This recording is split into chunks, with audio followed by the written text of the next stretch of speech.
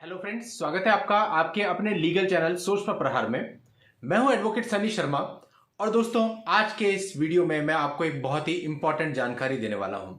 दोस्तों, आज से पहले बहुत सारे वीडियोज में मैं आपको बता चुका हूं कि चुप रहना बिल्कुल गलत है। यानी कि यदि आपके साथ किसी भी प्रकार का विवाद होता है और उसमें आपको गलत प्रकार से फंसाया जा रहा है तो उसके खिलाफ चुप रहना या फिर डिप्रेस्ड होकर यह सोच लेना कि मैं अपनी जान दे दूंगा, यह सबसे बड़ी गलती है। जबकि आपको यह चाहिए कि जो भी आपके ऊपर झूठा मुकदमा दर्ज किया गया है, आप उसके लिए प्रॉपर फाइट करें और सामने वाले को सबक सिखाएं।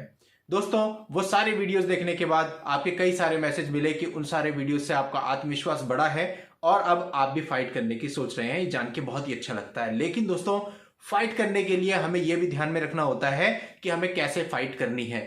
ऐसा ना हो कि हम फाइट करने तो उतर जाएं लेकिन हम कमजोर हों और बाद में हमें हार का सामना करना पड़े।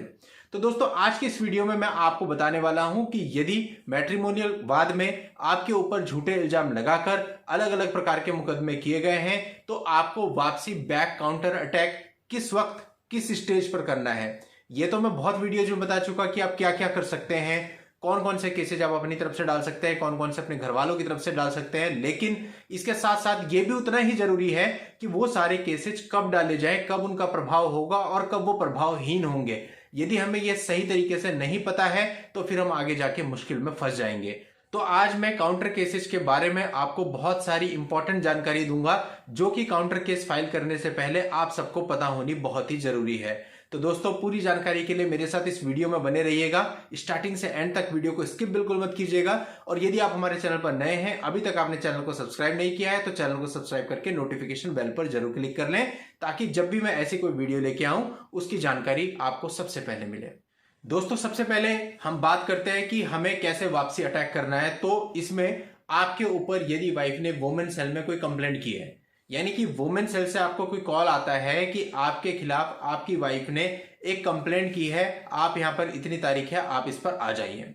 तो दोस्तों देखिए, जब आपको ये कॉल आता है और जब आप एक्चुअल में वुमेन सेल जाते हैं उसके बीच में कुछ डिफरेंस होता है। लाइक 10 दिन बाद की डेट हो सकती है या 15 दिन की बाद की डेट हो सकती है, या आप ऐसा भी कर सकते हैं कि वुमेन सेल वाले आपको कहें कि आपको इस महीने की 20 तारीख को यहां पर आना है और आप ये कह सकते हैं कि सर मैं 20 तारीख को नहीं आ सकता, मेरे साथ ये प्रॉब्लम है। कोई भी जेन्युइन रीजन आप बता सकते हैं तो वो कुछ दिन उसे एक्सटेंड भी कर सकते हैं। वो कह सकते हैं ठीक है, आप 20 को नहीं आ सकते तो आप बताइए कब आ सकते हैं। आपने कहा मैं 30 को आ सकता हूं तो कहेंगे ठीक है 30 को आ जाए। वो बहुत ज्यादा प्रेशर आप पे क्रिएट नहीं करते इस चीज के लिए कि उसी दिन आए, तो आप अपनी सहूलियत के हिसाब से उन्हें बता सकते हैं। जनरली वो उस पर एग्री करते हैं और उतनी तारीख को आपको वहां पर बुला लेते हैं।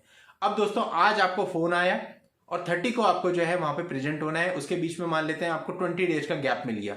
तो दोस्तों, ये बात तो कंफर्म है कि यदि आपकी पत्नी वुमेन सेल में जाकर के एक झूठे एलिगेशन लगाकर एक कंप्लेंट फाइल कर रही है आपके और आपके घर वालों के खिलाफ, तो उसके विचार आपके लिए बिल्कुल भी अच्छे नहीं है। वो इसीलिए वहां पे जा रही है क्योंकि वो भविष्य में 498A आईपीसी का मुकदमा, सेक्शन 406 आईपीसी का मुकदमा और इसके साथ हो सकता है अन्य धाराएं 377 या और भी कुछ आप पर लगाना चाहती है। उसका प्रोसीजर यही है कि पहले वुमेन सेल में जाएगी, वुमेन सेल में काउंसलिंग होगी और काउंसलिंग की रिपोर्ट जब पुलिस थाने जाएगी तो पुलिस ये मामले दर्ज कर लेती है। दोस्तों, जैसे ही आपको वुमेन सेल से फोन आता है, आपके पहले अटैक की बारी आ गई।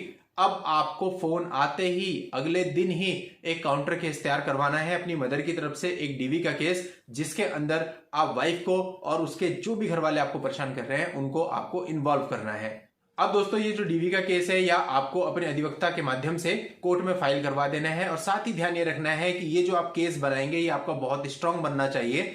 ऐसा ना हो कि एक अच्छी पक्की पिटीशन बना करके आपने डाल दी, ये बिल्कुल स्ट्रांग बननी चाहिए। और जो काउंटर केसेज होते हैं इनमें बहुत ध्यान रखना पड़ता है कि किस तरह से आपको इसको फाइल करना है।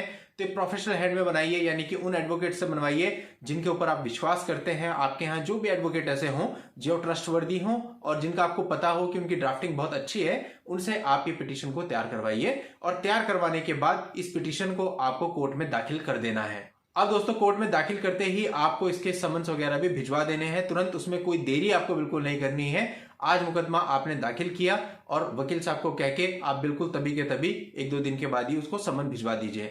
यानी कि कुल मिला के बात यह है कि जब आपकी डेट हो वुमेन सेल में, उससे पहले पहले आपकी पत्नी को वो समन रिसीव हो जाने चाहिए। अब दोस्तों, जब वाइफ देखेगी कि भाई उसके अंदर उसका भी नाम है, उसके सारे पेरेंट्स का भी नाम है, तो उसके समझ में आ जाएगा कि वो जो कर रही है उसका माकूल जवाब उसको मिल गया है।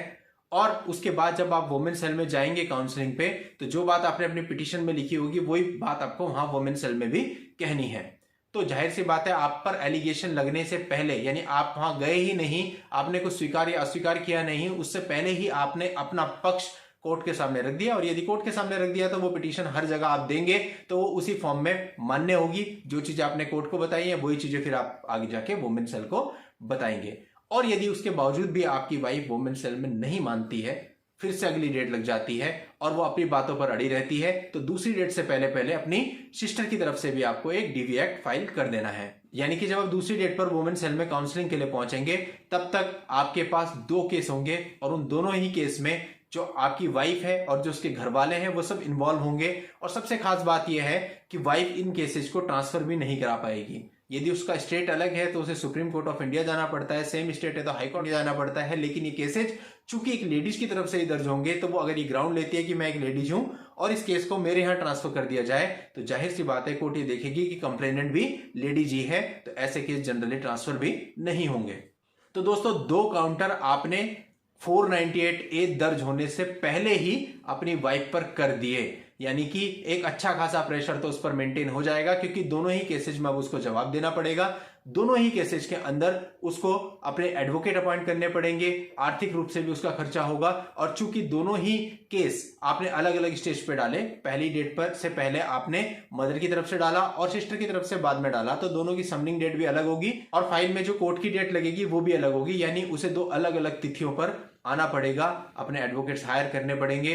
तो दोस्तों इससे बहुत अच्छा प्रेशर उसके माइंड पे सेट हो जाएगा और हो सकता है कि वो आपसे बात करे और 498A आईपीसी का मुकदमा आप पर दर्ज ना करे, बैठकर सेटलमेंट कर ले। तो भैया अगर आप 4-5 साल के बाद काउंटर केस करने की सोचते हैं, तो उससे बेहतर है कि जैसे ही आपके साथ गलत होना स्टार्ट हुआ है तुरंत तभी काउंटर केस कर दीजिए, ताकि सामने वाले की इतनी हिम्मत ही ना हो कि वो आगे जा सके। इसके अलावा भी और बहुत सारे काउंटर केसेस के बारे में मैंने आपको बताया है, जैसे कि यदि इतने से भी वो नहीं मानती है तो आप अपनी तरफ से सेक्शन 323, सेक्शन 504, सेक्शन 506 और अपनी मदर की तरफ से उसमें सेक्शन 406 भी डाल सकते हैं और एक कंप्लेंट केस फाइल कर सकते हैं कि पुलिस तो आपकी पिटीशन नहीं लेगी, ना आपका मामला दर्ज करेगी। तो आप एक कंप्लेंट केस डायरेक्टली कोर्ट में फाइल कर दो।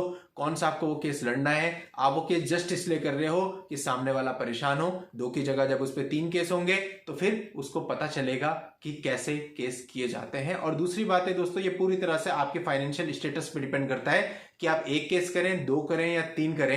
ये मेरे कहने से आपको नहीं करने हैं, आपको खुद सोचना है कि आप कितना अफोर्ड कर सकते हैं। क्योंकि ऐसा नहीं है कि खाली केस फाइल कर दिए, जब केस चलेंगे तो बाद में आपकी तरफ से भी कुछ एक्सपेंसेज होंगे, कोई एडवोकेट आपको भी उसमें रखने पड़ेंगे, ड्राफ्टिंग का भी खर्चा होगा।